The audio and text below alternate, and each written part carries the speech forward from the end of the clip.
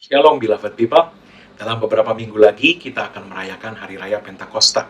Dalam beberapa minggu ke depan, kita akan mempersiapkan diri dalam pengajaran firman iman yang akan menyiapkan kita untuk mengalami pekerjaan Roh Kudus yang semakin luar biasa dalam hidup kita. Haleluya. Saat hari Pentakosta pertama di gereja mula-mula di Yerusalem, Roh Kudus dicurahkan dan perubahan yang sangat luar biasa terjadi sejak saat itu. Kisah Rasul 1 ayat 8 mengatakan, "Tetapi kamu akan menerima kuasa kalau Roh Kudus turun ke atas kamu, dan kamu akan menjadi saksiku di Yerusalem dan di seluruh Yudea dan Samaria dan sampai ke ujung bumi." Kita tahu bahwa firman Tuhan mengatakan, ketika Roh Kudus dicurahkan, kita yang menerimanya akan diberi kuasa, yaitu kuasa Allah yang bekerja di dalam dan lewat kita, sehingga kita dapat menjadi saksi Injil Kristus, bahwa Yesus Kristus telah mati dan bangkit kembali, dan Dia menyediakan keselamatan bagi siapapun yang mau menerimanya. Firman Tuhan lebih jauh merinci seperti apa, antara lain kuasa itu bekerja lewat anak-anak Tuhan. Markus 16 ayat 20 mengatakan, "Mereka pun pergilah memberitakan Injil ke segala penjuru, dan Tuhan turut bekerja dan meneguhkan firman itu dengan tanda-tanda yang menyertainya." Tuhan turut bekerja meneguhkan pemberitaan Injil itu dengan tanda-tanda yang menyertainya. Kesaksian Injil Kristus disertai dengan tanda-tanda ajaib yang menyatakan bahwa Yesus Kristus, Sang Juru Selamat yang diberitakan itu, sungguh hidup. Markus 16 ayat 17-18 mengatakan, "Tanda-tanda ini akan menyertai orang-orang yang percaya. Mereka akan mengusir setan-setan demi namaku. Mereka akan berbicara dalam bahasa-bahasa yang baru bagi mereka. Mereka akan memegang ular, dan sekalipun mereka minum racun maut, mereka tidak akan mendapat celaka. Mereka akan meletakkan tangannya atas orang sakit, dan orang itu akan sembuh." Haleluya! Tanda-tanda ini menyertai kita sebagai saksi-saksi Kristus. Selain memahami bahwa tanda-tanda ajaib tadi adalah bagian dari kuasa yang diberikan Tuhan lewat pencurahan Roh Kudus untuk memperlengkapi kita sebagai saksinya, adalah sangat penting untuk kita juga memahami kekuatan atau kedahsyatan dari kuasa yang disediakan Tuhan bagi orang-orang yang dipenuhi oleh Roh Kudus itu. Suatu misteri kerajaan Allah yang ditunjukkan oleh firman Tuhan mengenai pencurahan Roh Kudus dan akibatnya yang luar biasa dalam kehidupan anak-anak Tuhan menyingkapkan keefektifan dari kuasa yang diberikan Tuhan lewat Roh-Nya itu. Mari buka Sefanya pasal 3 ayat 9. Dikatakan oleh firman Tuhan demikian, "Tetapi sesudah itu, aku akan memberikan bibir lain kepada bangsa-bangsa," yaitu bibir yang bersih. Jadi perhatikan, bibir lain kepada bangsa-bangsa, yakni bibir yang bersih, supaya sekaliannya, berarti segala bangsa itu, mereka memanggil nama Tuhan, beribadah kepadanya dengan bahu-membahu. Nah, ada yang menarik. Di sini dikatakan bangsa-bangsa sekaliannya memanggil nama Tuhan bahu-membahu. Dalam bahasa Indonesia, itu dikatakan bahu-membahu, bibir yang lain, bibir yang bersih. Nah, kita mau lihat arti yang lebih dalam, yang lebih menjelaskan kepada kita apa sebenarnya yang dimaksud oleh Tuhan. Di dalam bahasa Inggris, arti yang lebih jelas dari ayat ini kita dapat lihat. Dikatakan, "For then I will restore to the peoples a pure language." A pure language. A pure language. Jadi bahasa, bukan bibir, tapi bahasa, language. Pure, murni. Bahasa yang murni. Jadi kepada bangsa-bangsa, bahasa yang murni, that they all may call on the name of the Lord. Sehingga mereka semua, jadi bangsa-bangsa semua, bibir yang murni, sehingga mereka semua may call on the name of the Lord, boleh memanggil kepada nama Tuhan, to serve Him with one accord. Nah, ini yang dikatakan bahu-membahu tadi, itu bahasa Inggrisnya adalah one accord. One accord itu bukan bahu-membahu, tapi satu kesatuan, secara bersama-sama, satu kesatuan, semuanya bangsa-bangsa semuanya sebagai satu kesatuan dengan satu bahasa yang dikatakan tadi, satu pure language, bahasa yang murni. Nah, penting kita perhatikan bahwa semua ini menunjukkan kepada suatu keadaan, suatu saat yang dinubuatkan oleh Tuhan, bahwa Tuhan akan memulihkan suatu bahasa yang murni yang akan dipakai oleh segala bangsa sebagai satu kesatuan untuk memanggil nama Tuhan. Dan bahasa itu adalah satu bahasa yang murni tadi, yang digunakan bersama-sama oleh segala bangsa itu. Nah, kita tahu firman Tuhan berbicara mengenai suatu bahasa supranatural yang merupakan bahasa doa sorgawi yang diberikan oleh Roh Tuhan kepada semua orang percaya. Bahasa itu adalah apa yang disebut firman Tuhan sebagai bahasa roh. 1 Korintus 14 ayat 2 mengatakan, siapa yang berkata-kata dengan bahasa roh tidak berkata-kata kepada manusia, tetapi kepada Allah. Perhatikan tadi, bahasa tadi adalah untuk memanggil nama Tuhan bersama-sama segala bangsa sebagai satu kesatuan dengan satu bahasa yang murni itu tadi. Nah, firman Tuhan dalam Perjanjian Baru menyingkapkan bahwa bahasa ini adalah bahasa yang disebut bahasa roh. Sebab siapa yang berkata-kata dengan bahasa roh tidak berkata-kata kepada manusia, tapi kepada Allah untuk memanggil nama Tuhan. Nah, bahasa ini adalah bahasa yang tadi dikatakan with one accord, sebagai satu kesatuan itu tadi.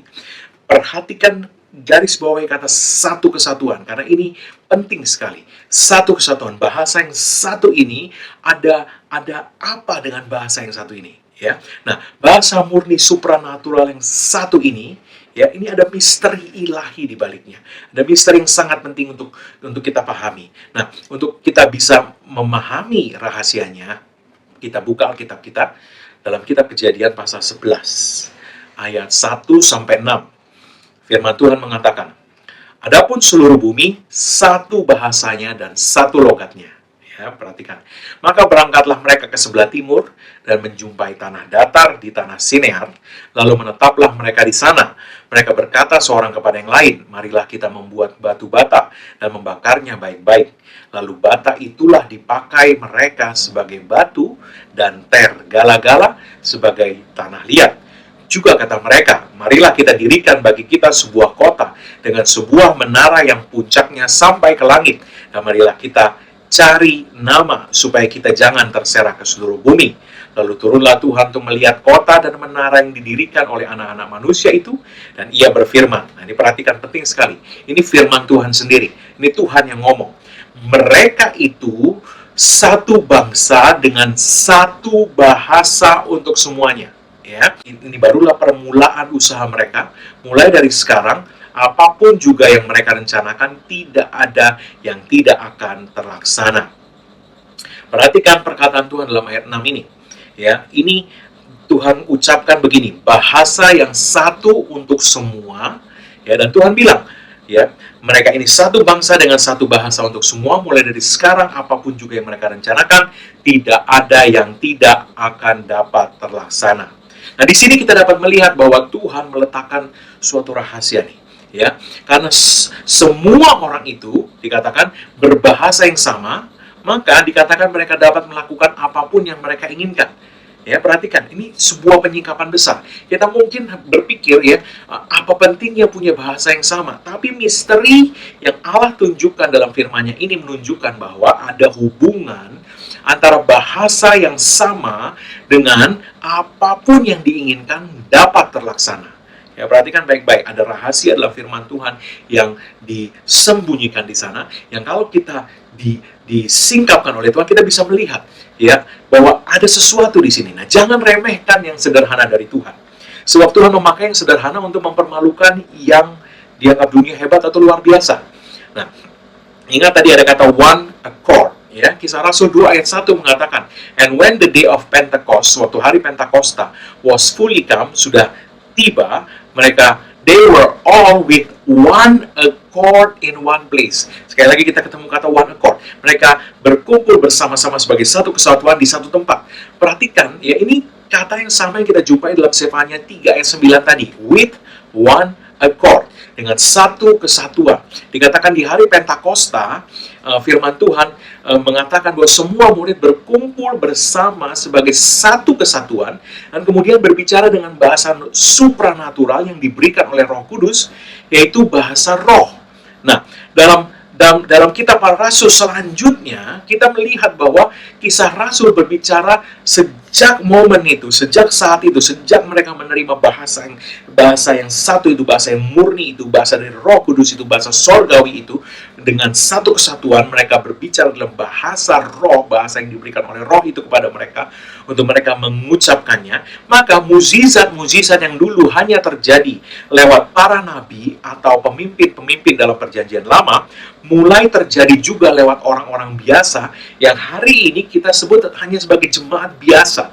Tapi apa yang dulu hanya terjadi pada nabi-nabi atau pemimpin-pemimpin di dalam perjanjian lama terjadi lewat jemaat biasa ini yang dipenuhi oleh Roh Kudus.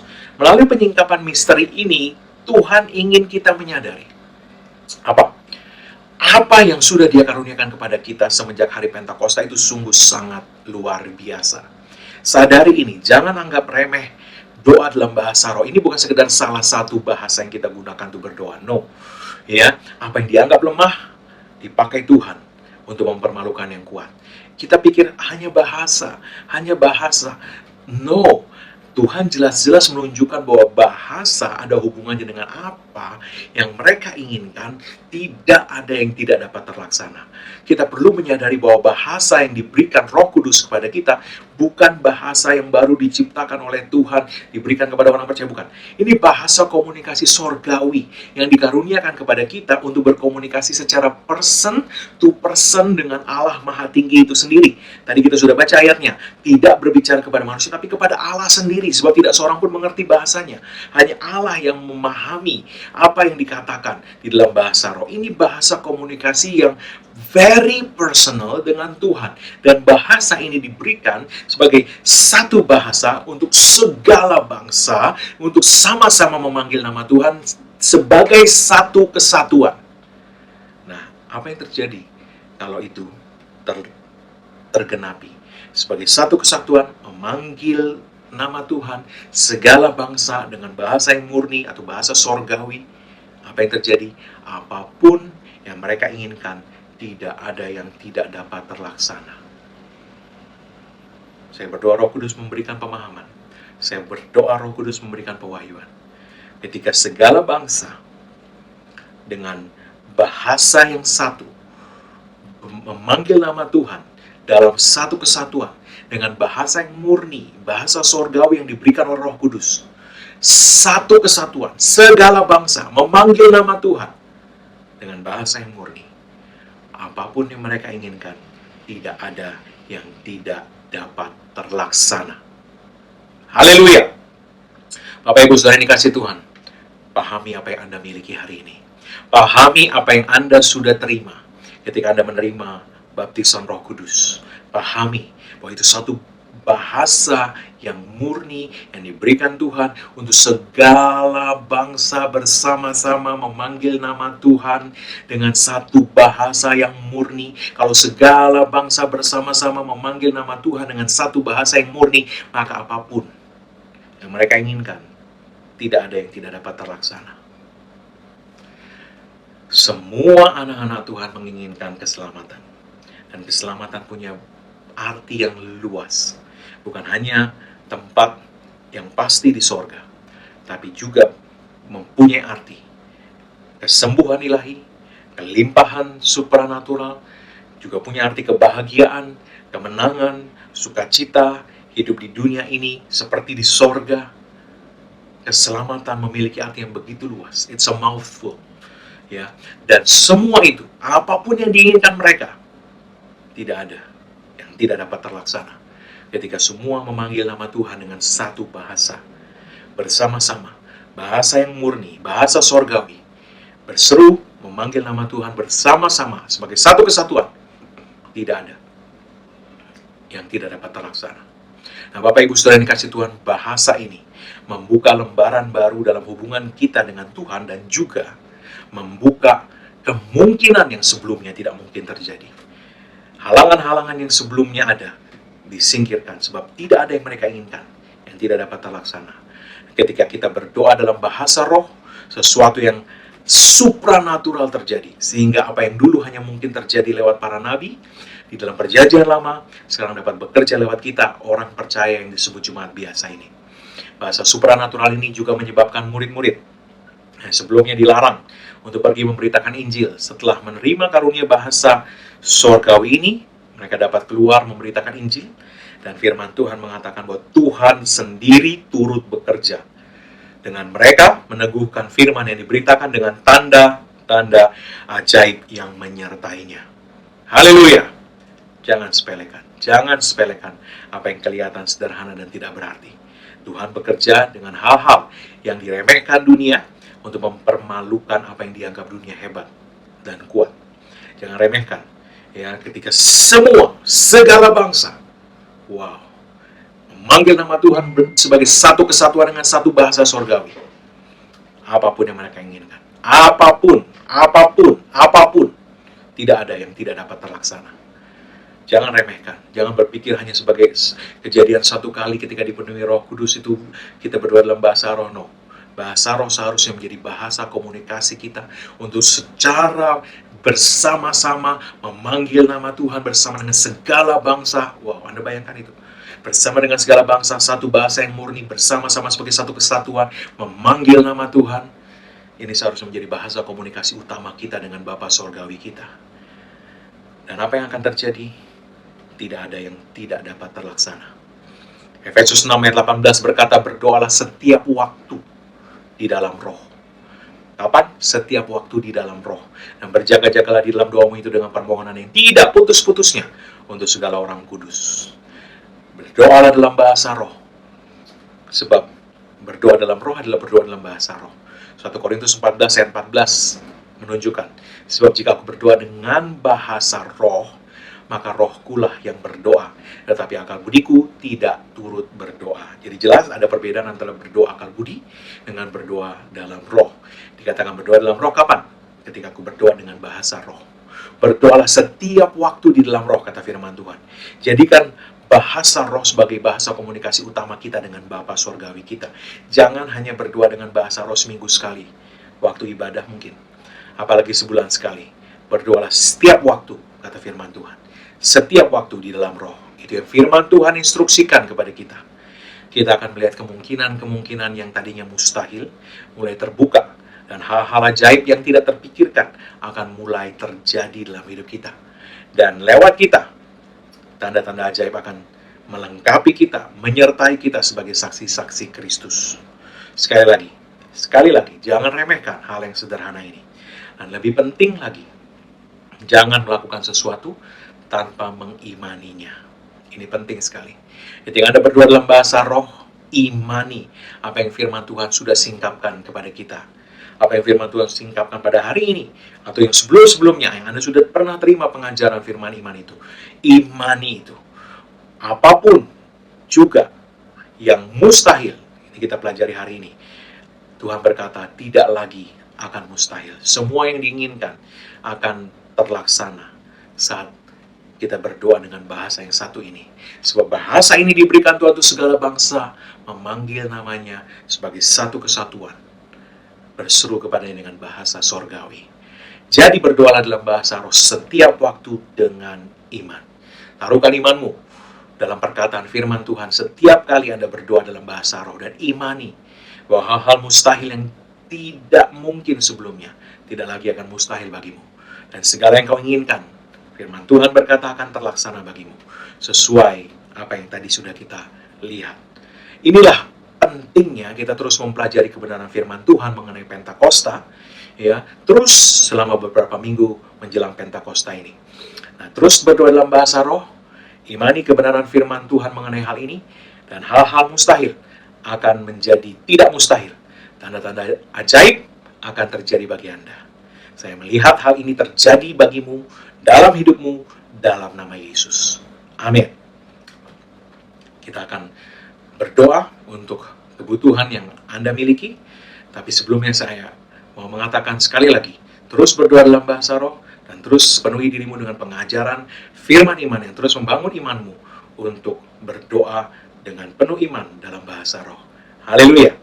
Mari Bapak Ibu Saudara dikasih Tuhan, angkat kedua tanganmu kepada Tuhan. Di dalam nama Yesus, aku berkata sebagaimana perkataan firman Tuhan, bahwa Allahku memenuhi segala kebutuhanmu menurut kekayaan dan kemuliaan dalam Kristus Yesus. Oleh sebab itu, aku perkatakan bahwa segala kebutuhan dari setiap umat Tuhan, setiap orang yang mendengarkan pemberitaan firman iman ini, dipenuhi oleh Tuhan dalam nama Yesus, menurut kekayaan dan kemuliaannya dalam Kristus Yesus. Dan iblis angkat segala tipu muslihatmu, segala usahamu untuk mencuri dari anak-anak Tuhan ini dan menyingkir daripada mereka dalam nama Yesus. Malaikat-malaikat Tuhan, pastikan setiap supply supranatural sorgawi sampai kepada mereka, sampai kepada setiap orang yang mendengarkan pemberitaan firman iman ini dalam nama Yesus. Bagi Anda yang sakit, angkat kedua tanganmu. Dalam nama Yesus, aku hancurkan setiap kuasa sakit, penyakit, dan kelemahan tubuh atas setiap orang yang mendengarkan pemberitaan firman iman ini dalam nama Yesus. Dan iblis, angkat semua gejala yang kamu coba tunjukkan atas mereka, menyingkir daripada mereka dalam nama Yesus. Aku perkatakan kesehatan ilahi yang sempurna, kesembuhan sempurna, dan pemulihan sempurna. Sebab oleh bilur-bilur Yesus kamu sudah sembuh. Jadilah sembuh dalam nama Yesus. Amin. Bapak Ibu saya kasih Tuhan, mari angkat kedua tanganmu sekali lagi kepada Tuhan dan terimalah berkat Tuhan. Karena apa yang Yesus Kristus telah kerjakan di kayu salib, karena curah darahnya, karena penebusannya sempurna, maka sekarang tidak ada lagi penghukuman bagi setiap orang yang ada dalam Kristus Yesus. Engkau telah ditebus, harganya sudah dibayar lunas. Oleh sebab itu setiap kutuk tidak berlaku lagi dalam hidupmu. Yang ada hanyalah berkat Tuhan tercurah berlimpah-limpah memberkati engkau dalam segala hal. Oleh berkat Tuhan itu kau naik terus, tidak turun, kau jadi kepala bukan ekor. Nah, apa yang sentuh tanganmu dibuat Tuhan berhasil. Dengan panjang umur Tuhan mengenyangkan engkau, dan Tuhan memperlihatkan kepadamu keselamatan yang daripadanya. Umur minimal 120 tahun dan dipenuhi dengan hari-hari yang baik dari Tuhan dalam nama Yesus. Tidak ada yang jahat mendekat kepadamu, dan tidak ada tulah mendekat kepada kemah kediamanmu. Sebab tempat perlindunganmu dan kubu pertahananmu Allahmu yang kau percayai, dalam nama Yesus. Amin. Haleluya. Tuhan Yesus memberkati. Sampai jumpa dalam pengajaran firman iman berikutnya. Amin.